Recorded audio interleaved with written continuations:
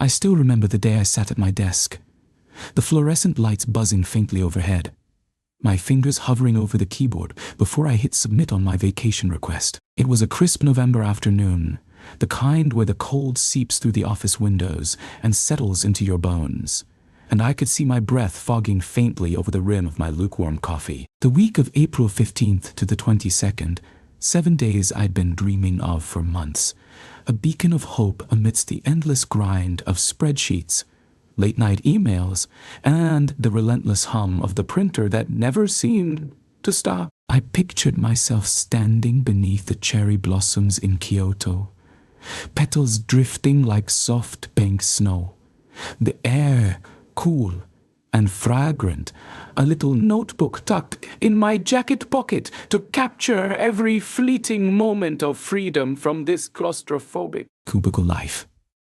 The flights were booked, non-refundable deposits wired, and my manager, Tuan, a quiet man with a fair hand, had nodded his approval without a flicker of hesitation. "Go for it, Vin," he'd said, his voice steady and kind, as if he knew how much I needed this after 3 years of no sick days, no sudden absences, just pure, unrelenting dedication. I counted down the days, the hours, like a prisoner marking time until release, my heart swelling with the promise of escape. Everything was set, a perfect plan etched in stone, until last Tuesday, when Lan stormed into the break room, shattering my fragile peace. She's 5 years my senior, 35, with a perpetually frazzled ponytail and eyes that carry the weight of exhaustion and resilience, the hallmarks of a mother of two I'd only ever known through curt work emails. I was sitting there,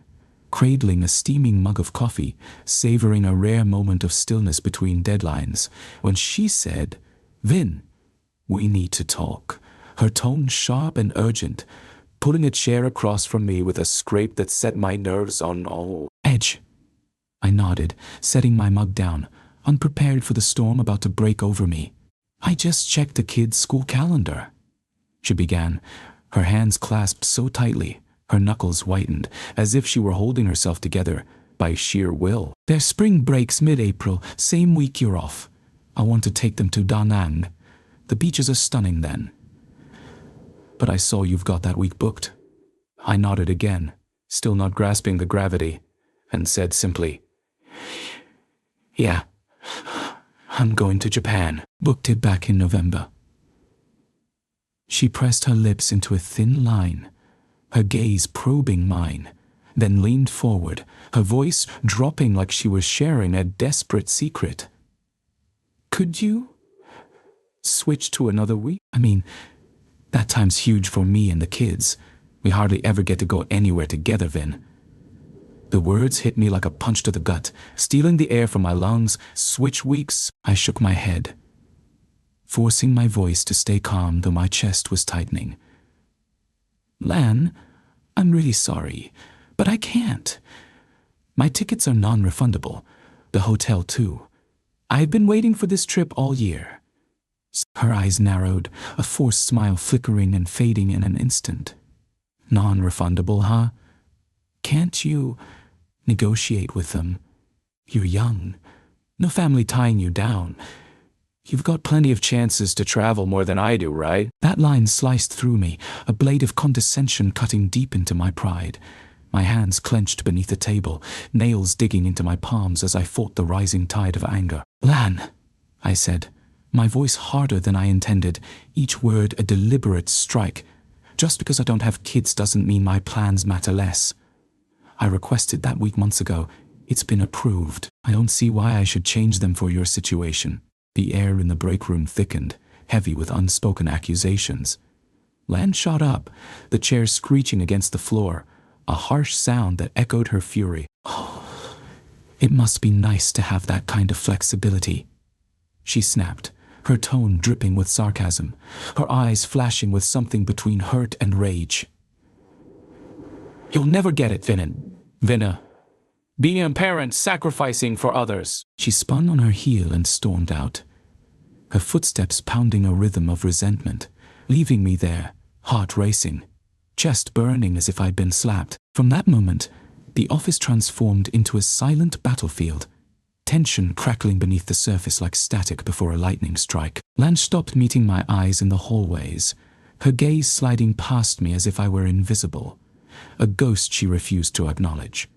Her emails became clipped.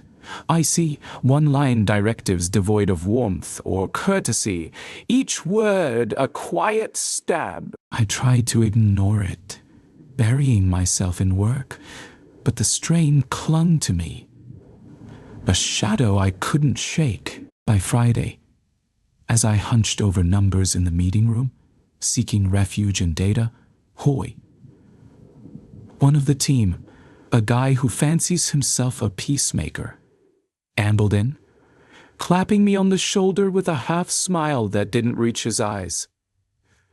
"Vin? You holding up?" "Heard you and Lan had a spat over vacation time." I exhaled, reluctant to revisit the wound, but too tired to dodge it. Not really a spat.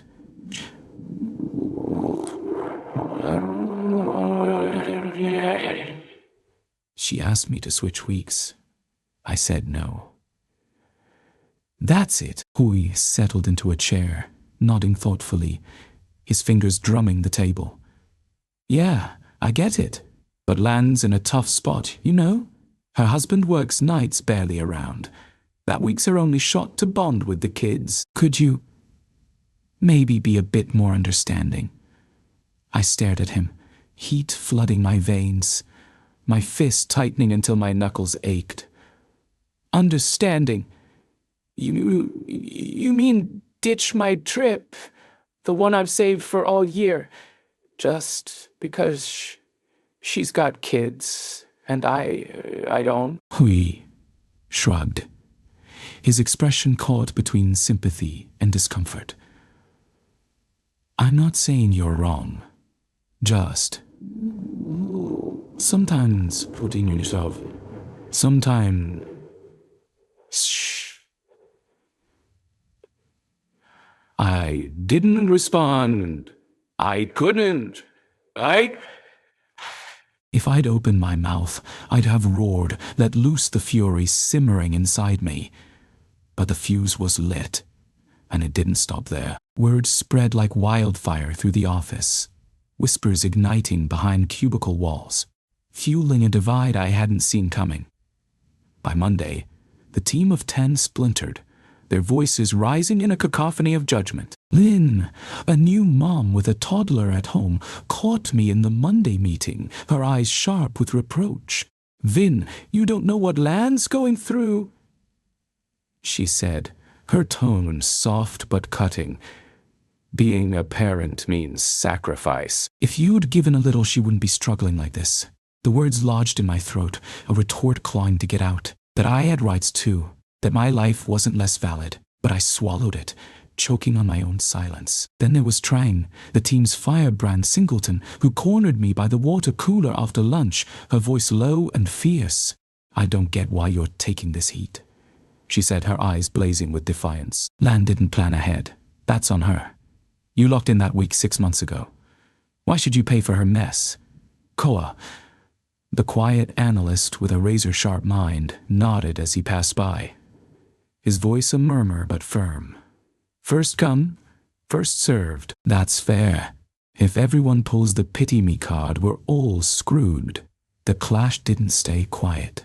It seeped into group chats, flared in sidelong glances during meetings, simmered in offhand remarks over lukewarm cafeteria rice. I felt like I was on trial for being childless, for daring to value my own time, a pariah in a court of whispered verdicts. One day, I overheard Lynn muttering to Hai by the copier, her voice hushed but piercing. "Vin could go to Japan any time, but kids don't wait. You owe them nothing." The lines were drawn, invisible but ironclad, and I was caught in the crossfire. The explosion came on March 10th, 5 days after Lan's ambush in the break room. I was hunched over my desk, drowning in numbers, when Tuan summoned me to his office. He sat behind his desk, eyes weary, fingers tapping a rhythm of unease. I've heard about you and Lan, he said, his voice a low rumble. Tell me what's going on. I spilled it all. The break room showdown, the office whispers, the mounting pressure, my words raw with frustration, anger, and a hurt I hadn't named until then. When I finished, Tuan sighed, a sound heavy with burden. I see, but Lan's filed a formal complaint. Says you're uncooperative, disrupting team morale. She wants me to cancel your leave and give her the week. I shot to my feet, heart pounding like a war drum, blood roaring in my ears. What? You can't do that. I requested it first. You approved it. Tuan raised a hand, signaling calm, but my voice trembled, jagged with betrayal. He met my gaze, steady but strained. I haven't decided yet, but think about it, Vin. If I stick with your leave, Lan might quit. She's a top performer. If I switch it, you'll be pissed. I'm on a tightrope here. I stared at him, the world crumbling beneath me. My dream of Kyoto teetering on the edge, threatened by someone else's chaos. Yet if Lan walked, the team would falter, and I'd carry the blame. Fair or not? What do you want from me? I asked, my voice cracking with rage and helplessness. Fists balled so tight my nails drew blood. Tuan looked at me, silent, and in that pause, I knew the storm was far from over. The next day, Lan turned covert warrior. Her tactics subtle but brutal. She stopped speaking to me directly, but Koa tipped me off that she'd broken down in the break room, tears streaming as she told a small crowd I was heartless, clueless about others' struggles. Hui, once neutral, swung fully to her side, his glances now tinged with reproach. At lunch, he slid next to me, his voice a conspiratorial whisper. Vin, I get you're set on your trip, but have you thought about the fallout? If Lan quits, we're all screwed. You want that on your conscience? I whirled on him, heat surging through me. So I should sacrifice everything to keep her here. Why doesn't anyone ask what she did to fix this? I didn't start this mess. Hui fell silent, his eyes saying I'd lost him. Another ally gone to the enemy's ranks. Trang and Koa became my lifeline, anchors in the chaos. Trang texted me after hours. Lan's playing dirty. Don't let her win. Koa clapped my shoulder as we left work, his words a quiet steel. Hold your ground, Vin. They can't break you. But I felt the isolation creeping in, the weight of judging stares and hushed accusations pressing down, making me question if I was the villain they painted me to be. The breaking point hit on Wednesday, during a team meeting Tuan called to sort this out. We sat around the conference table, the air thick with unspoken fury, a storm ready to erupt. Tuan spoke first, his tone measured but firm. I'd reviewed both sides. Vin booked first, per policy. Lan's got a valid need. I want your input before I rule. Lan went first, her voice quavering, eyes glistening with unshed tears. I'm not trying to ruin anyone's day, but that week's my only chance with my kids. Vin has got no family. He can go anytime. I can't. Her words were a dagger, twisting in my gut. I couldn't hold back, the dam bursting. Lan, don't make this about me being single, I snapped, my voice rising, sharp and unyielding. I planned this 6 months ago. You found out about your kid's break a week ago and expect me to cave. That's not justice. Lynn jumped in, her tone biting. Then you didn't get it. Parents put kids first. You're just looking out for yourself. Trang fired back, her voice a whip crack. No, Lynn, putting kids first doesn't mean screwing over everyone else. Vin's not Lan's doormat. The room ignited. Voices clashing like swords. Hui backed Lan, preaching team unity. We should support each other. She's drowning here. Koa countered, cold and logical. Support's a two-way street. Rules matter, not sub-stories. Tuan banged the table, the sound of gunshot silencing the fray. His eyes shadowed with exhaustion. Enough. I'll decide by morning. Go home. That night, sleep eluded me. My mind a whirlwind of doubt and defiance. I sat on my couch, staring at my plane tickets, wondering if I was fighting for right or just pride. My phone buzzed. Lan's text. If you don't back off, I'm done here. Live with that however you want. I gripped the phone, rage and guilt warring within me, tempted to smash it against the wall. Then Trang called, her voice a lifeline. Don't buckle. Vin. Her choice isn't your fault. Morning came, and Tuan summoned me and Lan to his office, the air electric with tension. He looked at us, his decision carved in stone. Vin keeps his leave. Lan, pick another week. We'll talk if you're unhappy. Lan sobbed, her eyes blazing with betrayal as she glared at me, then bolted, screaming. You'll regret this, Vin. I stood there, victory bitter on my tongue, unease gnawing at my core. The office split wide open. Half saw me as a cold bastard, half as a principled stand-up guy, but no one grasped the turmoil churning inside me. The aftermath was uglier than I'd braced for. A week later, Lan quit, leaving a scathing group email that branded me the villain who broke her balance of work and family. I hope Vin's trip was worth the cost to us all, she wrote. Her words of venomous farewell. Hui and Lin turned their backs, their silence louder than any curse. Trang and Koa threw a small beer night to cheer me on, but the clink of glasses felt hollow.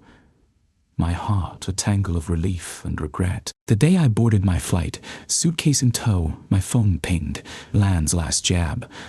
Hope it's worth it. I didn't reply, just stepped onto the plane, gazing out as the sky unfolded. Kyoto was everything I dreamed, blossoms raining down, ancient temples whispering peace. But every step echoed with Lan's tears, the team's fracture, the guilt I couldn't shake. Back at work, her absence lingered like a ghost, the rift she left smoldering beneath forced smiles. Tuan pulled me aside once, his hand on my shoulder. You followed the rules. Not everyone sees it that way. I nodded, but I felt like a hollow trophy. I keep my Kyoto notebook on a shelf, flipping through it sometimes, the cherry blossoms vivid on the page. But each glance brings back Lan's letter, the office's Cold War, the question I can't answer. Would I trade it all for peace? It haunts me, a crack in my soul that won't heal, a reminder that some victories leave you scarred, wondering if the fight was worth the blood.